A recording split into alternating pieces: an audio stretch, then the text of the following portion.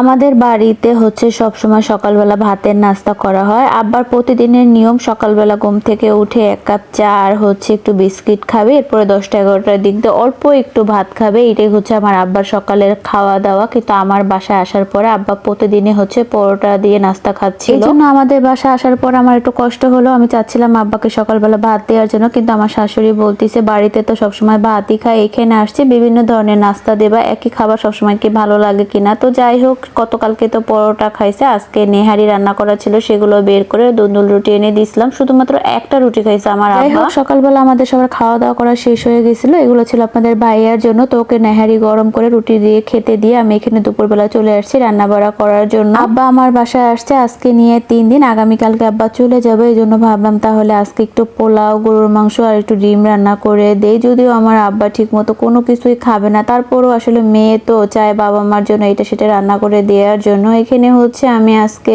Shortcut, বেশি কিছু রান্না করবো না, শুধু ডিম আর গরুর মাংস আর একটু পোলাও রান্না করে দিই। আমার আব্বা আজকে এই যে আসছে আমার বাসায়, আর আল্লাহ পাক তাকে আনবে কিনা সেটাও তো আমরা জানি না। এমনিতে আমার আব্বা সবসময় বলে আমি এই যে বেড়াই যাচ্ছি, এরপর আর আসতে পারি কিনা বলতে পারি না। আমার ছেলেটাকে কোলে নিয়ে আদর করে আর সবসময় একটা কথাই বলে, নানু আমি এরপরে কি এসে তোমাকে দেখতে পারবো। আমার আব্বা আমার বাসায় আমার বিয়ের পরে থেকে ওরকম ভাবে কখনোই আসে নাই, যদিও বছরে 1-1.5 বছর পরে একবার আসতো, তাও একদিন থেকে চলে যেত। কিন্তু এই প্রথম আমার আব্বা আমার বাসায় এসে আসা যাওয়া নিয়েও মাঝখানে 2টা দিন আমার আব্বা থাকছে, শুধুমাত্র আমার ছোট ছেলেটার জন্য। আমাদের 4 ভাই বোনের ভিতরে 3 বোনের ভিতরে 7টা ছেলে মেয়ে, এর ভিতরে আমার ছোট ছেলেটার প্রতি আমার আব্বার একটু বেশি ভালোবাসা। ওর জন্য আমার আব্বা সবসময় কষ্ট পায়। যখন আমি ওকে 3-3.5 মাসের সময় নিয়ে বাসায় চলে আসছি, তখন আমার আব্বা একটানা 1 সপ্তাহ প্রতিদিন সকাল বিকাল শুধু কান্না করতো। যখনই মনে পড়তো আমার আব্বার চোখ দিয়ে পানি পড়তো, এত কষ্ট পাইতো আমার ছেলেটার জন্য। অবশেষে আমার আব্বা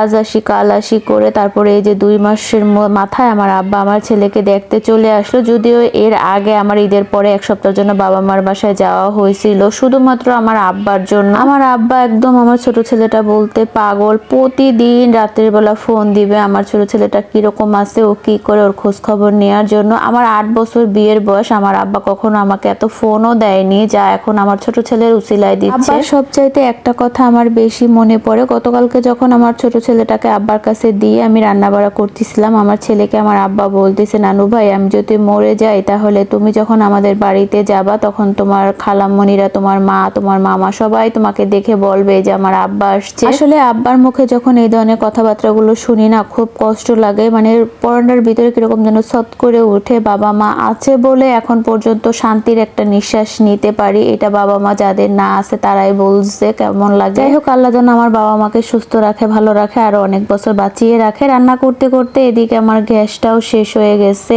এজন্য রাইস কুকারে পোলাওটা বসিয়ে দিচ্ছি আর মাংসটা মাত্র কষিয়ে নিছিলাম, এর ভিতরে গ্যাসটা চলে গেছে। ডিমটা আমার রান্না করা হয়ে গেল। আপনাদের ভাইয়াকে আমি ফোন দিছিলাম, বলতেছে আমার একটু সময় লাগবে, তুমি হচ্ছে কারেন্টের চুলায় রান্না করে নাও। কি আর করার, রাইস কুকারে হচ্ছে আমি পোলাওটা রান্না করে নিলাম আর হচ্ছে মাংসটা যেহেতু কষিয়ে নিছি, এখন শুধু একটু 2-3টা সিটি দিলেই হয়ে যাবে। এই জন্য পাশের বাসার থেকে সিটি দিয়ে নিয়ে আসছিলাম। বাসায় যদি লাইনের গ্যাস না থাকে, সিলিন্ডার দিয়ে যারা রান্না করে তাদের এরকমই বিপদে পড়তে হয়। যাই হোক, সবকিছু রান্না বাড়া করা শেষ। এদিকে আমি সালাডটাও কেটে নিয়েছি, 2টা আম ছিল বাসায়, সেই 2টাও কেটে নিয়েছি। এদিকে মাংসটাও আমি প্রেসার কুকারে সিটি দিয়ে নিয়ে আসছি, এখন হচ্ছে কড়াইয়ের ভিতরে বেড়ে নিব। কথা বলতে বলতে এদিকে আমার সব রান্না বাড়া করা শেষ। এখন হচ্ছে তরকারির ভিতরে আমি ভাজা জিরের গুঁড়ো দিয়ে নামিয়ে নেব। তো যাই হোক, আজকের এই ছিল আমার একটা ছোট্ট ভিডিও। কেমন লাগলো সবাই কমেন্টে জানাবেন। ভালো থাকবেন, আল্লাহ হাফেজ।